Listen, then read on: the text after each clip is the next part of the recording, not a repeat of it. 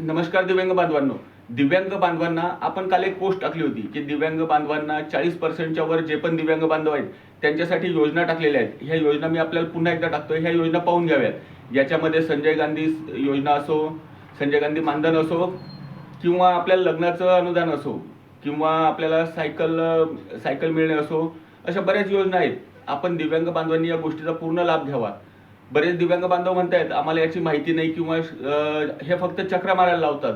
चक्र मारायचं आपलं काम नाहीये, पण कसं आहे, आपण त्याच्या गोष्टीचा पूर्ण पाठपुरावा करावा. बरेच दिव्यांग बांधव कागदपत्रात अडकून जातात की हे डॉक्युमेंट नाहीये, ते डॉक्युमेंट नाहीये, बँक लोन देत नाही. बँक लोन त्याच वेळेस देते ज्यांचे सिबिल चांगले असते. नाहीतर आपण काय करतो, आपला सिबिल रिपोर्ट खराब जर असला तर कोणतीच बँक आपल्याला कर्ज देत नाही.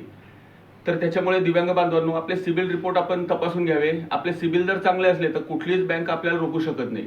आणि हो, आपण कुठल्याही कर्ज घेतोय, व्यवसायासाठी जर कर्ज घेतोय, तर आपलं सिबिल रिपोर्ट, आपले गॅरंटर हे सुद्धा तपासावे. नाहीतर काय होते, आपण कागदपत्र करत राहतो आणि आपण शेवटी कागदपत्रांच्या त्रुटीमध्ये अडकून जातो.